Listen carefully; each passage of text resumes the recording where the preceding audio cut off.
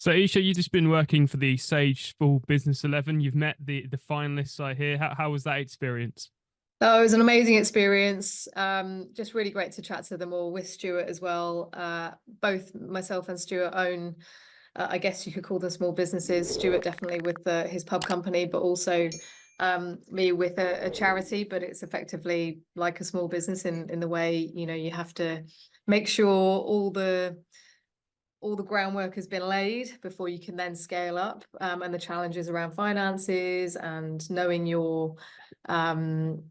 what you're kind of trying to do, in terms of the difference you're trying to make, the change you're trying to make, and being able to explain it very simply. I think are all challenges that we all experience as a small business. So it was just really, really good to speak to a number of the small businesses who have won the competition for the Sage Business 11. They get a share of £50,000 to help their businesses grow, and support them in many different ways. And one of the things that really came out was actually quite a lot of them sort of struggle with brand purpose, marketing, which is something that we all do because there is so much out there that you've got to find ways of being able to cut through and connect. And I think real life stories play a big role in that, and getting to know the businesses, I think, are really important. But Stuart talked a lot about values and the importance of values. So that basically sets the tone for how they operate as a business. They want everyone to leave their pub having had a really good experience. And that sets kind of the way they want to operate as a business. So it's not necessarily about making the most money, it's about the experiences that people have. So it was all very, very interesting, and I actually loved being able to be involved in the chat. They're all going to come down to the final on Sunday, so it'll be fun. And it's about opportunity as well. And you said £50,000 goes a long way for a small business. And I guess giving back to the game in some way, it must be really fulfilling for you. It really is. It's been great to be part of it with Sage. They've obviously partnered up with 100, so they offer lots of insights, but also support. And I think it's a two-way relationship. I think they benefit a lot from being involved in the 100, so that's great. But yeah, just being involved in initiatives like this, I think it allows small businesses to feel like they're recognized. And it is difficult. It's tough out there. It's tough to get recognized. Sometimes you're doing it because you love what you do and you get to do what you love, but that can be hard because it can be so all-consuming at times. And I've certainly found that with the charity Take Her Lead, and you've really got to find your own relationship with it, to be able to move it on. So yeah, no, it's great to be part of. And before we talk about the 100 final, I just want to talk about the Olympics, really. So I know you were there in Paris presenting the coverage for the TV, but there's been a lot of talk about cricket into the Olympics and being, I guess, on the ground and seeing these niche sports that we don't normally watch day to day, and just seeing the coverage it gets. And lots of people I know suddenly become canoe slalom experts for 2 weeks. And how much will that help the growth of cricket, I guess? I think it'll be huge. I think what I learned from the Olympics is actually there's a lot of sports coming to cricket to want to know how to make their sport more engaging, which I think is fascinating. So the 100 sometimes has had a bad rap, but actually I think it's one of the best things that our sport does in terms of engaging new audiences. And we're very lucky in cricket that it is all year round, and we get to have a platform all year round to show off our amazing sport, whatever that looks like, whether it's 100 balls, whether it's a 5-day test match. And so sports such as cycling, swimming, hockey, that they only get the platform really during an Olympics or a Commonwealth Games. And so they're trying to find gymnastics, they're trying to find ways of making their sport more visible and more accessible outside of Olympics. And I think that's what the 100 does really, really well. So to your point, though, having cricket in the Olympics, I think, will be phenomenal. We'll have all eyeballs on cricket in LA in 28. And I think the growth of cricket in the US is a real positive for our sport as well. So it's all kind of aligning nicely. Yeah, and you mentioned the 100 there, so let's talk about the 100 itself. The finals this weekend. You talk about the bad rap, but I think I'm loath to criticize the 100 because the effect it has on the women's game. And so when it comes to that, how long do you think, or do you think the women's game's ready for standalone games, or how long do you think that will take before they're hosting their own games as opposed to double headers? Yeah, I think it is ready for standalone games, but whether they want to do that or not, I mean, it all depends on,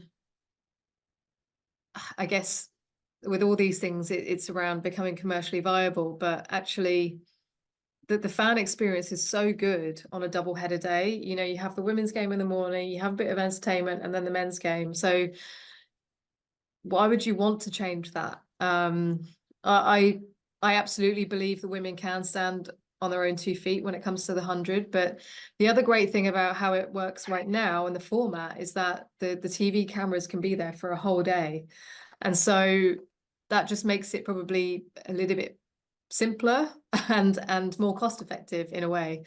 And having the women and men stand side by side as well, I think is great for the sport, because you go out to any normal fan of cricket and you ask them about an international game, they think that's more for men than for women at the moment. Whereas things like the Olympics, Wimbledon, the 100, people come back on surveys saying that they think it's an equal distribution of men and women who play that sport. So that's why it's been so successful. It's obviously been brilliant for the women's game in terms of enhancing its reputation, but also creating that visibility. And the knock-on effect on the players as well has been huge. You know, to have these domestic players playing in front of big crowds on television, it means they're set up a little bit more when it comes to playing international cricket. So yeah, it's a difficult one. It's going to be an interesting one for the administrators as to which way they go.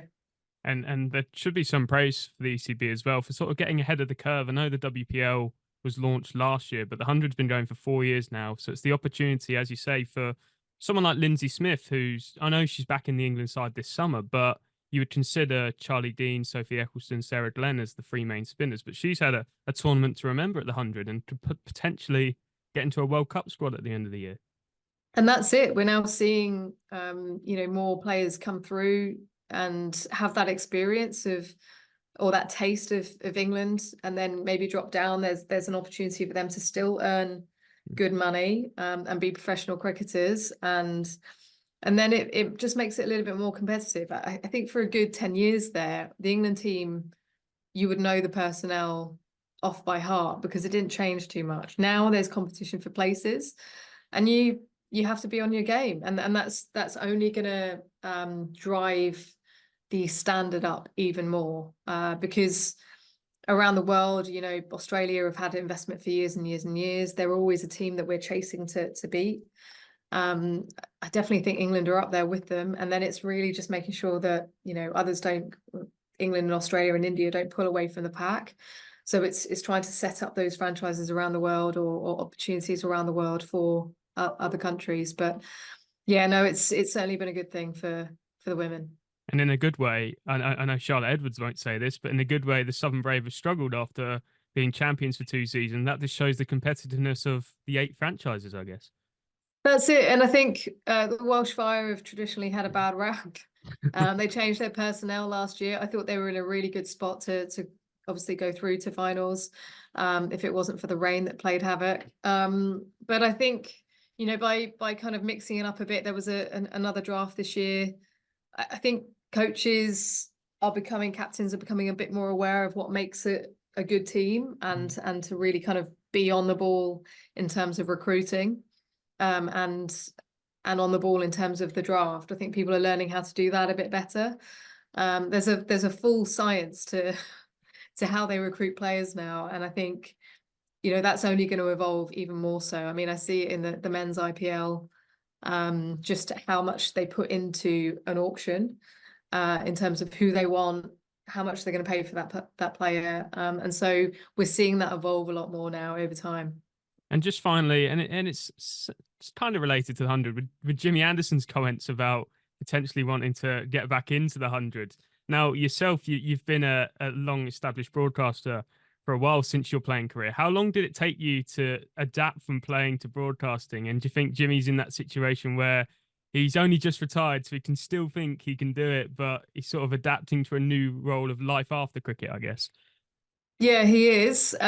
Jimmy's someone who just loves the game and loves bowling so much that I think unless, you know, he couldn't walk anymore, he would continue to be running in, steaming in and bowling for whoever he wants to play for. For me, it was a bit more of a natural transition. I was already doing a bit of broadcast and I was ready to retire when I did, and move to the next kind of step on the journey. But who knows, you know, the Olympics in LA, it looks pretty fun in Paris. I'd love to get back in. Perfect. We'll leave it there. Thanks for joining us. Thank you. On AM, on DAB, via the talkSPORT app and on your smart speaker. talkSPORT.